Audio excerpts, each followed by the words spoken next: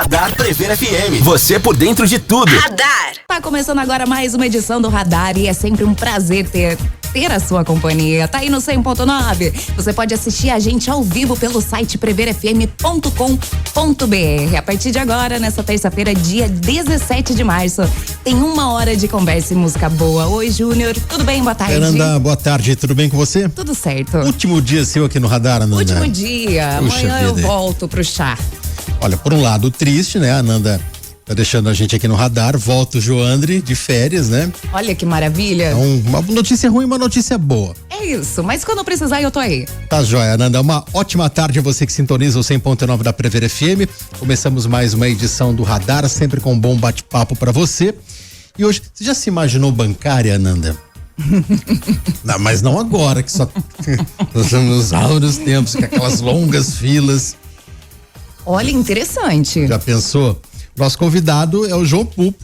O João Pupo é empresário, já foi bancário, é consultor.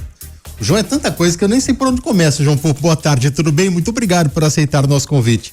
Boa tarde, Júnior. Boa tarde, Amanda. Boa tarde. Ananda, foi um prazer realmente e é bater esse bate-papo. Eu tenho acompanhado o programa de vocês, é muito legal, que você começa a lembrar muita coisa, conhecer coisas que você não fez e é muito importante. É um prazer e boa tarde a todos os ouvintes também. Legal, daqui a pouco tem muita história que o João vai contar pra gente aqui no 100.9 da Prever FM. Radar Prever FM. Estamos no ar com o Radar, trazendo 1 hora de conversa e música pra acompanhar a sua terça-feira. E hoje quem divide esse momento com a gente é o empresário e ex-bancário João Pupo. Falávamos fora do ar aqui das aventuras de um bancário, hein, João? Quantos anos de banco? 36. 36 anos. Para quase 37 anos, Júnior. Começou no extinto Sudameris? Extinto Sudameris. Entrei no Sudameris em 82.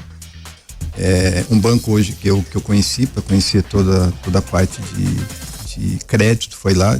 Depois, em função de o Sudameris acabou comprando o Banco América do Sul, que o Banco Sudameris era um banco de 80 agências, comprou o América do Sul, que tinha 190 e poucas agências. Então, um banco pequeno, que você conversava com todo mundo, já cresceu.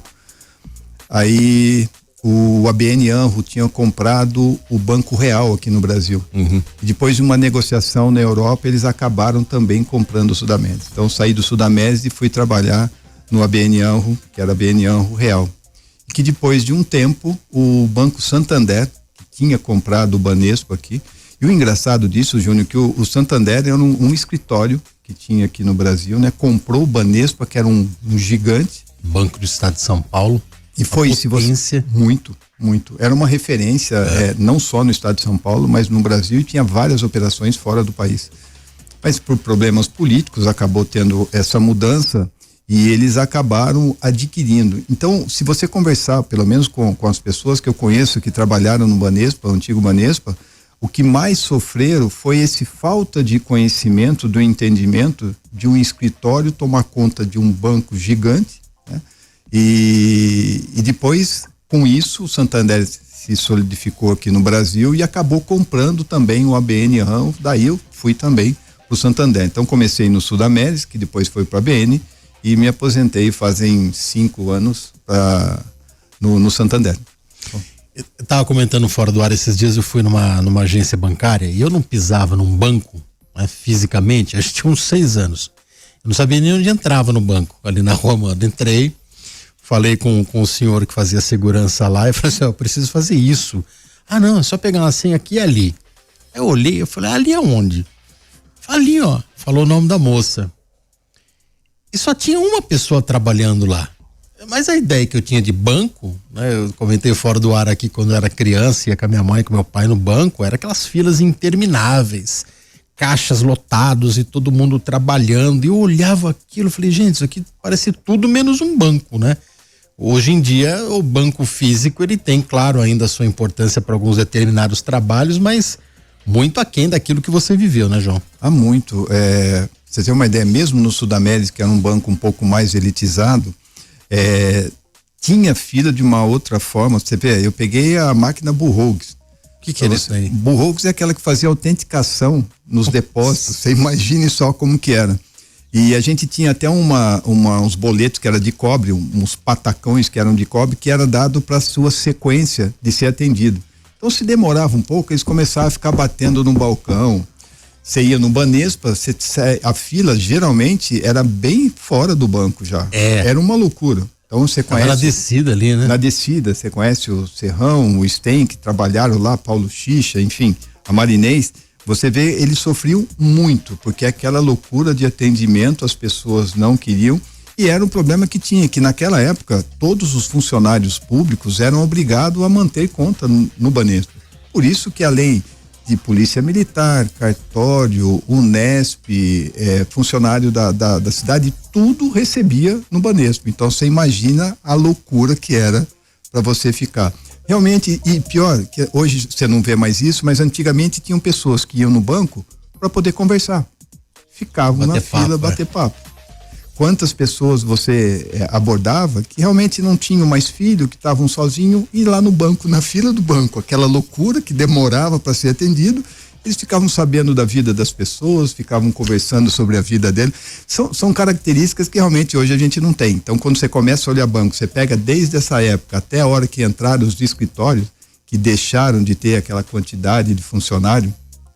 Tem uma passagem minha que quando eu estava na regional, no ABN, quando eu vim para Botucatu, eu fui assumir a agência, onde que é aquela agência principal do Banespa ali no Bosque. Do Santander ali. Aquela agência ali, se não me engano, chegou a ter quase 90 funcionários. Quando eu cheguei, já tinha 28, já era bem menos funcionário. Então vocês imaginam que loucura que era banco antigamente. Então essa fase foi muito gostosa, mas muito sacrificante também. Qual que era a parte mais estressante para você, João? Olha, lidar com pessoas sempre foi estressante, né? Porque a gente mexe com o momento, a maioria das vezes, de dificuldade financeira, né?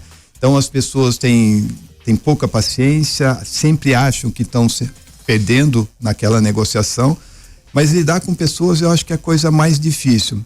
Para quem trabalha em banco, ou quem trabalhou em banco, se fala, a maior dificuldade é a cobrança. Mas não dá para imaginar você trabalhar ou ficar 36 anos no banco e não saber lidar com cobrança. A cobrança hoje em dia, que qualquer coisa que você fale, você pode ser penalizado. E a gente tinha reunião de gerentes gerais na época, ou de regionais na época, onde o seu diretor te falava assim, o que eu preciso fazer para te ensinar, eu vou mandar fulano ir na sua regional para você trabalhar, porque você não está entregando, que não sei o quê. Então você acaba convivendo com isso, né? E essa parte, depois que você convive, você sente mais as pessoas, porque tem muitas pessoas simples que vinham com dificuldade e você tinha que achar uma maneira de poder ajudá-las. É um momento muito difícil de você lidar, né? Com pessoas que deixam seguro para outras famílias, aquelas não sabem, mas enfim, eu acho que foi um tempo gostoso. E muda bastante, não só para o bancário, mas para o cliente também, né? A minha experiência, eu não pisava eu não sabia nem como entrava no banco, né? Fui passar vergonha lá. Mas você me corrige, João, eu sou de um tempo, eu era muito criança. Eu não sei se era imaginação de criança ou se isso existia. Então, você fazer uma compra a crédito, o cara da loja pegava e ligava, pegava o telefone para fazer a compra a crédito. Isso a gente tá falando de década de 80, final da década de 80, começo dos anos 90. Eu vou um pouco mais longe que isso. Pra você ter uma ideia, antigamente a compensação demorava, por exemplo, se você fosse no Amazonas e fosse soltar um cheque lá no Amazonas, ele demorava pelo menos uns 30 dias para chegar aqui. Meu Deus do céu. Então, eu não sei se vocês, a Nanda com certeza não, mas falar sobre borboleta, que se usava muito no banco antigamente de fazer isso. Você pagava uma coisa sem ter dinheiro, mas até chegar o cheque para compensação, você já arrumava o dinheiro e fazia. Isso existia muito dentro do banco. Borboleta era isso daí? Borboleta. E o engraçado que você vê é que muitas vezes, quando o cheque chegava, a agência de lá ligava para você perguntando se tinha dinheiro. E muitas vezes ele tinha aplicação, mas na conta não. Então, você fala que na conta, mas tem aplicação, tem laço. Então eu vou pagar. 30 dias depois chegava, ele ganhava todo o rendimento da aplicação para depois chegar na conta e ser coberto. Então você imagine só, se você pensa nisso, eu peguei uma época muito mais. E aí isso te traz toda a experiência de conhecimento, né? Mas o comércio te ligar, eu posso aceitar um cheque disso aqui, que a coisa mais engraçada que tem, que o cheque é um pagamento à vista. Mas à vista se tiver dinheiro. Né? E nesse período meu de banco, acho que passou umas 10 tentativas de se colocar, da responsabilizar os bancos por ter. Porque se você recebe um cheque de um banco, de um cliente de um banco, o banco deveria se resguardar com o pagamento daquele cheque, né? Mas isso nunca aconteceu, nunca deu certo e realmente ficava sempre pro credor a responsabilidade de depois buscar. O banco sempre isentou disso. Nossa, cheque. Parece que a gente tá falando de uma coisa de outro século, mundo, né? De outro mundo, mas não tem tanto tempo assim, até 15, 20 anos atrás tinha cheque pra praça, né? Ainda tem, né? Ainda tem muito pouco, mas ela deixou de efetivamente quando veio a bancarização dos bancos múltiplos, né? E aí a gente começou a ter o dinheiro em plástico, né? Que isso começou a diminuir muito. Mas negociações de empresas ainda, não muitas, mas ainda algumas usam cheque até hoje. Bom, daqui a pouco o João conta mais histórias pra gente aqui no Radar da Prever FM. Radar Prever FM. Esse é o Radar que segue no ar até a 1h da tarde, hoje com a participação do João Pupo, empresário e ex-bancário. O João, ele elucidou o que era a questão do cartão de crédito. Então hoje você vai passar o teu cartão de crédito. Ainda quem usa o cartão, hoje em dia é tudo aqui, né? Sim. Passa no crédito, por favor, você passa lá, passou na hora. Antigamente, então, você vinha com seu cartão, aí o caixa ligava pra central do cartão, tô com uma compra de 50 aqui, posso aprovar? Pode, tá aprovado, era mais ou menos isso, né? E é tão verdade isso, Júnior, que a gente vê a dificuldade que teve quando entrou o cheque. Antigamente as pessoas usavam muito dinheiro em espécie, dinheiro vivo. Entrou o cheque, foi a maior dificuldade. O que é esse papel? O que vai fazer? O que me garante a ter esse dinheiro? E os bancos trabalharam muito para isso, para que as pessoas tivessem a credibilidade de usar o cheque, em que pese nunca ter dado a responsabilidade e a obrigatoriedade do banco bancar aquele cheque, né? Depois veio o dinheiro de plástico, que quando entrou o cartão, e foi a maior dificuldade, tanto quanto foi de colocar o cheque, mas aí eles mudaram um pouco e fizeram o seguinte: o cartão, se você receber, você vai ter a garantia de recebimento do banco e não mais do cliente. Ou seja, essa intermediação financeira era do cliente do banco com o cartão e com o lojista. E o lojista tinha primeiro com o banco. Se o cliente do banco vai pagar o cartão no banco ou não, não é responsabilidade minha, e sim é o banco que vai ver. Aí o banco com isso começou a colocar uns spread, onde que o comerciante tem que pagar uma taxa do recebimento, que não sei o quê. Porque banco, eu brinco muito, banco é que nem seguro. Se perder, alguém vai ter que pagar, ele nunca. Em falar em perder, ainda nas minhas lembranças, eu vi aquela loucura de caixa, todo mundo mexendo com dinheiro, aquela coisa louca. E quando dá a diferença no caixa, João? Olha, pra você ter uma ideia, nós chegamos a ficar madrugadas, teve funcionário que virou o dia porque não achava diferença. A maior diferença que tinha no banco chamava-se inversão. O que é inversão? Você tinha que pagar 20 e recebia 20. Tá. Isso dava inversão. E aí, por incrível que pareça, eu sempre brincava na minha época do banco, a gente precisava estudar um pouco o caixa. Porque é tão engraçado, Júnior e Ananda, que eles ficavam falando, dava diferença no caixa. Daí ele ficava vendo, bom, isso aqui foi assim, eu recebi aquela pessoa assim, que foi, dá uma olhada em tal hora com tal pessoa, tal recebimento. A maioria das vezes era isso que acontecia. Eu não sei como que eles guardavam. E perdia-se a diferença e dava-se diferença, por incrível que pareça, Júnior, eram nos dias mais tranquilos. Olha só. Nos dias de tumulto, eles já ficavam ligados, já ficavam, preocupados de como conferiam mais. Agora, quando era um dia tranquilo, geralmente a diferença vinha nesse dia. E que era uma loucura. Nós estamos falando de que cada caixa fazia atendimento de 500 pessoas, era uma loucura. E aí, como é que, enquanto não achasse a diferença, ficava lá no banco, 2h da manhã, Ele tinha um prazo que o banco dava, que a regional dava, senão entrava no quebra de caixa, que todo caixa recebia um valor que chamava-se quebra de caixa. Uhum.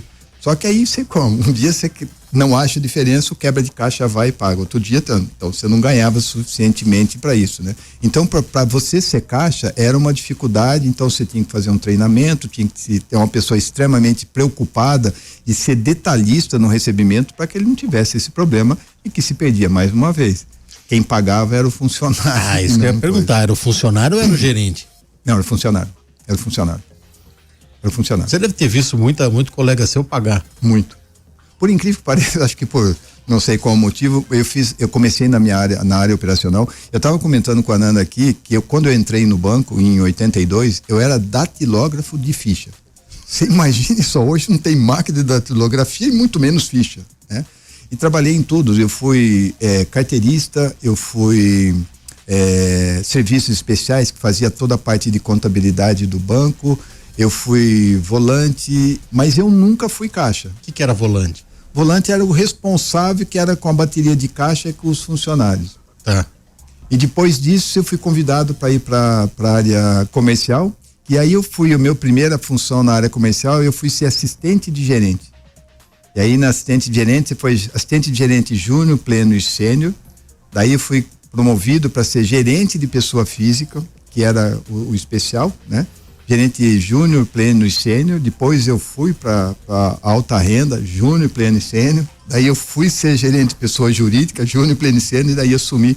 E foi engraçado que dificilmente naquela época você assumiu uma agência antes dos 30 anos, né? E eu consegui ser promovido de 28 para 29 anos como gerente geral de uma agência bancária.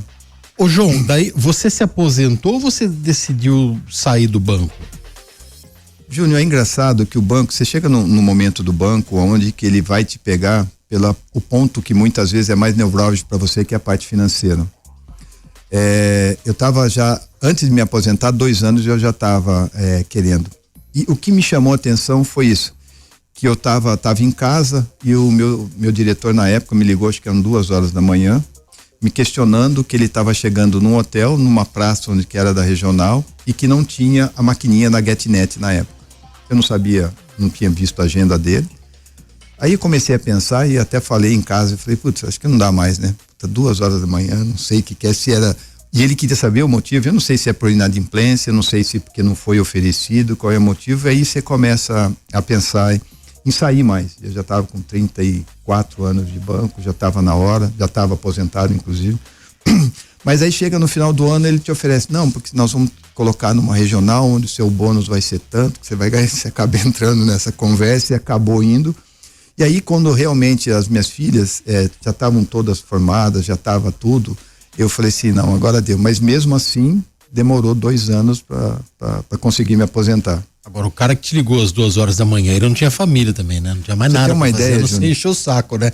Ligar 2h da manhã porque não tinha uma GetNet na praça. Ele tinha contato com a família dele uma vez por 4 horas em 15 dias. Puxa vida, deve ser um cara legal, hein? Um pouco difícil. Não vamos falar o nome dele aqui. Não. Eu conheço ou não? Não conhece. Ele era de Campinas. Então tá bom. De Campinas, não conhece, não. E daí, João, você sai do banco, né, Nando? Imagina? 2h da manhã, você imagina, assaltaram o banco. Absurdo, né? Ataque terrorista aqui. Não, tô aqui na praça em Anhembi, não tem o GetNet aqui. Não, e foi uma época difícil, porque quando eu assumi a agência aqui, eu fiquei 1 ano com escolta do P2. Até preciso, sempre quando eu encontro, agradecer o Semensado por tentativa de sequestro. P2 é um destacamento da Polícia Militar. Foi. E foi, eu acho que o pior momento que eu tive na minha vida foi esse momento que eu tive, onde eu deixei a minha família maluca, minhas filhas estudavam fora.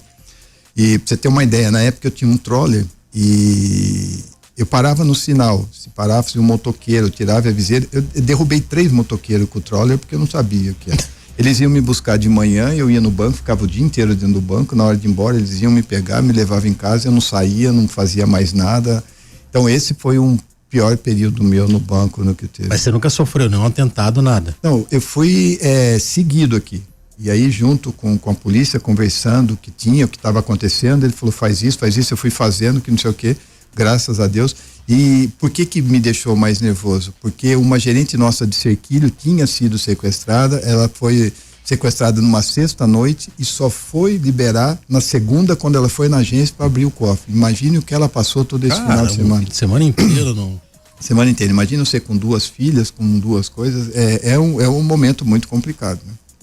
Ô João, daí você sai do banco e você começa a empreender, né? Primeiro você dá consultoria, você vai empreender, você teve outras empresas. Como é que é essa diferença? Sai do banco, mas eu não quero pegar uma dor de cabeça aqui. Não pode ver uma dor de cabeça que corre atrás. Isso veio muito, eu até estava falando para Nanda também, que o engraçado é o seguinte, eu vivo sob desafios, né? Então, eu imaginava, isso bem antes de eu me aposentar, de que não tinha vida fora banco, né? Então, como a gente todo o ensinamento, todos os cursos, todos os treinamentos são voltados para a área econômica. Então você acha, puta, eu sou bancário, eu só sei fazer banco, né? E tem vida aqui fora, muita vida. E quando eu saí, eu comecei a fazer um tipo de consultoria, porque a minha formação, tanto de crédito também, foi de trabalhar na análise de crédito. Então eu falei, putz, não conheço ninguém que faça análise de crédito para a empresa, para aquilo que o banco quer ouvir. Então toda a expertise, o conhecimento que o banco me deu, eu tinha 6 empresas, eu fazia toda a análise de crédito e é para apresentar no banco. Inclusive quem ia nos bancos defender o crédito era eu mais o financeiro da empresa. Isso está indo muito certo. Até que em função de todas as mudanças, eu acabei mudando onde eu moro hoje, que é lá no Terras Altas, e caiu no meu colo a presidência da associação. E aí eu via o Terras Altas. Parece que chama o problema, né? Não, eu vou dizer, e chama mesmo. E aí lá no Terras é um condomínio de 56 lotes, onde eu tenho na frente um condomínio que é o Parque das Cascatas, com 200 e poucos lotes, mas com as mesmas despesas fixas que eu tinha, com 56 lotes. Bom, eu falei, o que eu vou fazer? Porque eu preciso equacionar isso. Eu tenho uma filha que mora fora do país e lá, isso nós estamos falando há 8 anos atrás, eu conheci portaria remota. Eu fui entender portaria remota e quando isso aconteceu, eu estava na regional de Campinas e fui conhecer algumas empresas de portaria remota. Nem pensava em sair do banco, estava naquela transição, mas eu precisava achar alguma coisa que fosse colocado lá. Bom, disso conversando com eles, conheci, mas na época não tinha portaria remota que fizesse condomínios que fossem verticais e sim só horizontais, né? Falei, bom, então nós vamos ver. E o Renato, o Donola e o Eliseu Semiel da Pizza Frita, que esteve aqui já. Esteve aqui, verdade, participou do programa de vocês. Ele prestava um serviço para o condomínio de câmeras, de portão e de motores. E aí, numa conversa que eu estava tendo com ele, eu falei, você já ouviu falar de portaria remota? Puta, já ouvi, que não sei o que e tal. Vai ter um curso, eu vou fazer e volto. Ele fez o curso, voltou e a gente implantou. Foi muito difícil na época, porque hoje se fala de internet, é muito fácil, naquela época é extremamente complicado. Mas enfim, a gente acabou colocando e depois eles foram no segundo condomínio e pediram para mim fazer um vídeo, eu fiz um vídeo que a gente tinha e aí nisso eu tinha me aposentado, dando a consultoria, fazendo as consultorias e nós tivemos uma reunião, eles me convidaram para fazer parte. Eu falei, eu não sei se isso é bom ou não, ter um ex-bancário como sócio, mas a gente entrou. E aí começamos o EAL Connect, hoje eles estão com 42 condomínios, fazem 2 meses que eu acabei deixando a empresa, mas é uma referência hoje de portaria remota, não só em Botucatu, como na região. Hoje a gente está em São Manuel, está em Laranjal Paulista e a gente entrou em empresas também. Então é isso que chama, Júnior. Aí você começa a fazer, e aí é minha esposa falando, né? Pô, você vai se aposentar, então vai ficar um pouco. Não, eu comecei da consultoria, que já foi para a empresa. E aí você entra nas coisas, você entra no centro, você entra no estudo que a gente faz, que você sabe muito bem, e a gente entra como financeiro do tênis, não dá para parar. Eu acho que a vida não dá essa oportunidade pra gente, não. Então daqui a pouco o João vai contar um pouquinho mais da vida pessoal dele.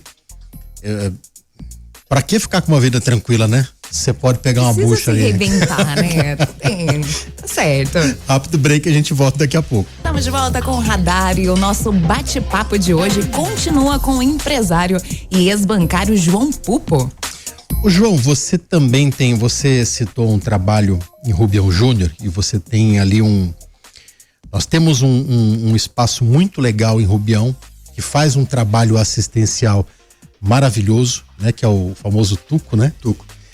Que assiste famílias em situação de vulnerabilidade em Rubião Júnior e você de repente conhece esse trabalho e passa a fazer parte do seu dia a dia também ali, né?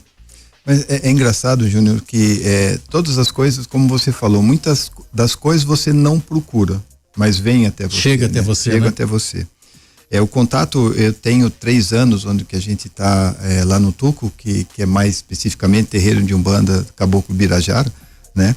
Que a gente, além do trabalho que é feito espiritual, a gente tem um trabalho assistencial muito grande lá. Maravilhoso. E a gente acaba entrando hoje, a Simone, a minha esposa, é responsável pelas famílias. Hoje a gente atende mais ou menos em torno de 45 famílias, onde que no dia que é feito, eles tomam um café da manhã, eles escutam uma palestra, eles levam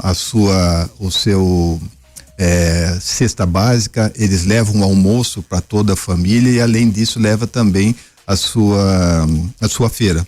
Então as crianças levam brinquedos, tem atividades para elas, tem atendimento agora com os médicos fazendo isso. Então é uma coisa que complementa. Eu acho que quando a gente trabalha muito na racionalidade, chega um momento da sua vida que você precisa também olhar a parte que é a estrutura total sua, que é a parte espiritual. Então lá a gente está conseguindo fazer isso daqui, é um trabalho espetacular, realmente magnífico, onde eu tenho que agradecer, né? Eu fui extremamente bem acolhido lá por todos, né? Queria agradecer também às mães de santo, ao pai Pedro, porque realmente é um trabalho que eles fazem espetacular. Não é porque eu faço parte, mas quem o conhece, você conhece, sabe da seriedade do trabalho que é feito para aquelas famílias. Quantas pessoas atuam de forma voluntária lá, João? Hoje está com 83 voluntários. Tudo isso, é? Tudo isso.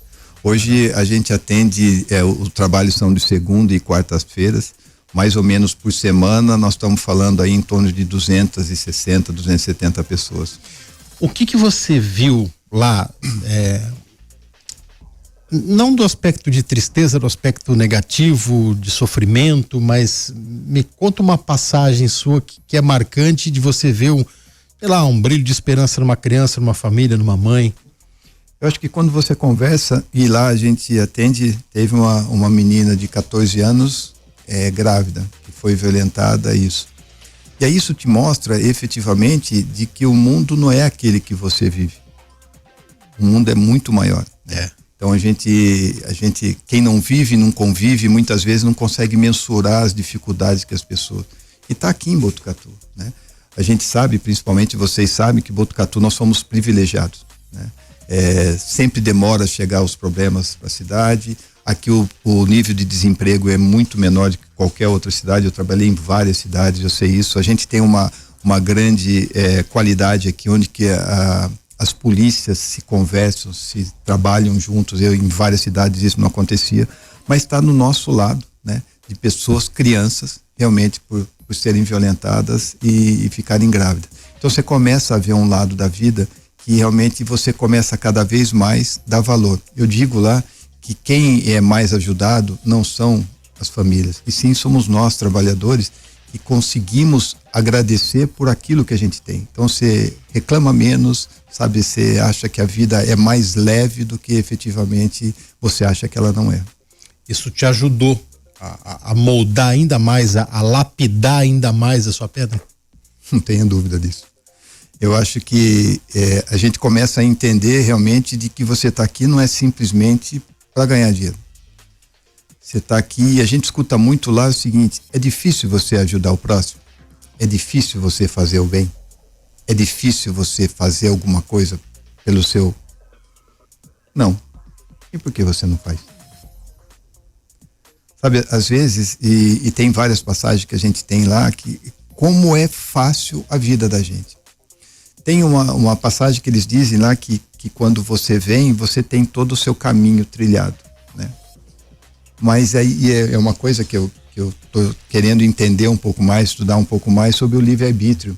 E todas as dificuldades que você encontra na sua vida é através da diferença que do seu livre-arbítrio, tudo dizia para você ir para um lado. Não, o seu livre-arbítrio eu quis ir para o outro. A gente brinca muito que são os zigue-zagues que tem na vida da gente. Então é onde a gente tem o sofrimento, onde a gente tem a dor, onde a gente tem as penalidades que a vida nos traz, por efetivamente não só fazer o bem.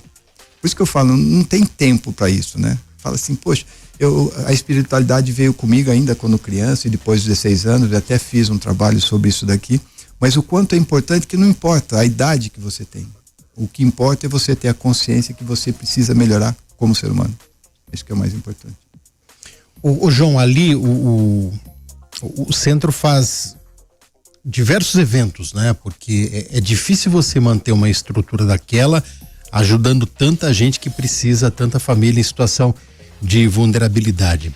Teve um evento alguns dias atrás, né? Ali no Dragões da Vila, no Clube Dragões da Vila. Já tem evento marcado? Semana passada teve um que foi lá no centro, que foi outro bingo que a gente teve.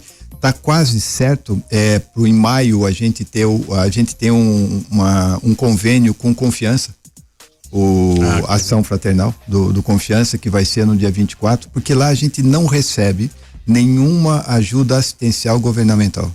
Tá. Então é lá efetivamente dos trabalhos que vão ser. E aí você começa a entender, né? Depois disso, em agosto do ano passado, me colocaram como presidente lá do Tuco. Então a gente está tentando viabilizar isso daqui, né? Porque as pessoas às vezes não sabem, tudo aquilo que tem vínculo religioso na sua associação, ele não pode ter recursos públicos, né? Então é todo um trabalho que a gente está fazendo para ter esse entendimento, para compreender e entender o SEBAS, o que é isso, o que o SEBAS vai poder te ajudar e para poder te falar. Em que pese a prefeitura, a prefeitura assina todo começo de ano, são dezenas de entidades assistenciais que são conveniadas com a prefeitura. Algumas, a gente sabe que tem um trabalho religioso, mas acaba fazendo uma outra... Eles montam uma associação. Uma outra associação sem vínculo. E não é interessante para vocês? Então, é esse sentido. O que acontece muito de você colocar, nós estamos falando que o Tuco, desde 2000 e pouco, toda essa mudança não é simples, né? Porque eu não posso sair do cunho religioso. Sim. Né? Mas ao mesmo tempo existe uma vontade, não só da diretriz da casa, mas de toda a necessidade que Rubião tem de a gente aumentar isso.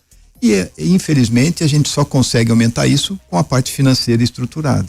Hoje a gente está bancando tudo com o que a gente arrecada e com a contribuição dos trabalhadores lá, mas essa é a estrutura hoje que a gente está montando no Tuco para que nós consigamos expandir e ter uma penetração maior do que a gente tem hoje em Rubião. Ô João, você acha que Botucatu é uma cidade extremamente solidária, né? Porque a gente tem... pode ficar falando um programa inteiro aqui sobre a ação dos Rotaries, né? Uma ação muito discreta da maçonaria de Botucatu, né? De grandes empresários que contribuem sem aparecer, da população que ajuda, trabalhos assistenciais como o Tuco e muitos outros. Você acha que Botucatu ela é uma cidade 100% solidária? Falta a gente melhorar? Em comparação com outros municípios que você já passou e já vivenciou também? Eu posso te falar com certeza que é uma cidade extremamente voltada ao assistencialismo. Tá. Não só pelas pessoas que tomam a frente dessas instituições, como você disse, mas principalmente da população. A população, muitas vezes, ela não pode ir por algum motivo, mas ela contribui. Se você for ver, não só para que nós tenhamos esse atendimento aqui na nossa cidade, mas o que é feito com o que a transportadora Fênix faz para levar alimentos, levar lá roupa para Minas, para o Rio Grande do Sul. Qualquer tragédia que tem, o Joãozinho tá, o Geraldinho tá lá fazendo. É uma pessoa que realmente fantástica, eu conheço há muitos anos, é uma pessoa maravilhosa. Então, se você vê o que ele faz pro Nutras, então a população de Botucatu, eu posso dizer com toda certeza de conhecer outras cidades nesse sentido também. Botucatu é uma cidade extremamente voltada ao assistencialismo e ajuda aos mais necessitados. Tem muita gente, muita instituição que ajuda sem aparecer, né? Muito. E por incrível que pareça, Júnior, ainda precisa muita gente. Muita gente. É que a gente não imagina o quanto de necessitados tem em Botucatu. Quantas situações. Em Rubião Júnior ali é um exemplo disso, né? A gente vai para Rubião e quem vai superficialmente em Rubião acha que Rubião é o campus da Unesp, é a igreja de Santo Antônio e acabou o Rubião Júnior. Imagina, ninguém imagina o que tem lá atrás, né? Eu acho que não só isso, Júnior, o que mais me chamou a atenção depois que eu fui pro Tuco é de que não só a falta de recurso financeiro, mas as dificuldades psíquicas que as pessoas estão passando hoje. Elas não conseguem lidar com frustrações, elas não conseguem lidar com as dificuldades que a vida muitas vezes traz. Então, realmente, elas estão com um problema psíquico muito grande, então, e aliado com as dificuldades financeiras, aí você sabe o caos que é gerado com filho, com mãe, com pai, com família como um todo. Olha, João, eu tenho certeza que a gente ficaria aqui uma tarde inteira falando. Eu queria tirar mais dúvida de banco, mas não dá tempo. Tira uma dúvida minha, vai. Isso. Vai. Uma dúvida de infância. O que tem dentro do caixa eletrônico? Como é que é o acondicionamento das notas no caixa eletrônico? É um malote que fica lá dentro, né? Eu tinha o sonho de ver um caixa eletrônico sendo aberto, João. Pô, você devia ter Nunca falado tive comigo. Oportunidade. aquilo que você vê, todo o sistema eletrônico que tem, atrás geralmente é o gerente administrativo ou o chefe da bateria de caixas que vai e fornece ali, aparece para ele quando as notas, geralmente eram notas de 50, de 20, de 10 e de 5. Ele abastece, ele abre atrás, abastece a nota e aquilo vai contando, e quando vai faltando ia avisando, então ele tinha que chegar no final do dia e colocar. É a mesma coisa que acontece quando o envelope, a pessoa coloca o envelope, pô, como que conta isso? Nada então. Isso. No final do dia, geralmente o gerente administrativo pega lá, passa para a bateria de caixa, ela conta tudo, passa, autentica, que não sei o que, depois aparece no extrato do cliente isso aí. Ainda é muito manual. Uma vez eu estava longe aqui de Botucatu, numa padaria naquele caixa 24 horas, né? E eu vi de longe, parou um carro forte assim, e eles abriram, falou, opa, agora é minha vez, agora eu quero ver o recheio daquele negócio. Os caras estavam com metralhadora, assim, o cara fechou uma passagem, falou, eu não vou me meter, não tô na minha cidade, não vou me meter, não vai ser hoje que eu vou conhecer esse recheio aí. É só dinheiro que coloca lá. É só dinheiro que coloca lá. A gente acha que tem toda uma... imagina um robô magnético, botão. É umas caixas que você coloca e essas caixas eletronicamente vão buscando, quando você digita, ela cai no sistema, qual nota que você quer e vai colocando lá para poder fazer. Muito bem, mas ainda tem esse sonho. João, obrigado pela sua presença aqui e pelo bate-papo. Obrigado, eu que agradeço, Nando, foi um prazer conhecê-la. Júnior, obrigado, eu que agradeço. Eu me coloco à disposição, um dia que tiver um pouco mais de curiosidade de ser, a gente pode falar sobre outros assuntos, eu estou à disposição. Obrigada, maravilha. João. Valeu, João. Radar Prevê FM. Você por dentro de tudo. Radar.